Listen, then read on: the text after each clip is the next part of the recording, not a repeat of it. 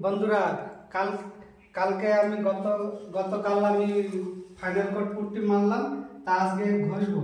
তার জন্য কারেন্টেরই একটা তার লাগিয়ে দিচ্ছি, আর কিভাবে পুট্টি ঘষে আমি আপনাদের দেখাচ্ছি। কাগজটা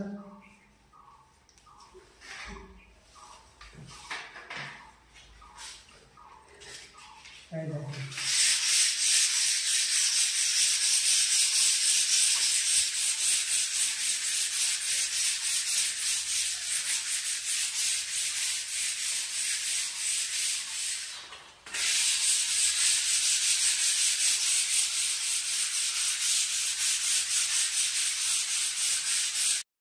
এই পুট্টিটা ঘষলাম যে এখানে ফেলে হয়ে গেল, এরকম ভাবে সব জায়গায় ঘষে তারপরে আমরা ঘরটা ধুবো। ঘরটা ধুয়ে তারপরে পরের দিন প্রাইমার করবো।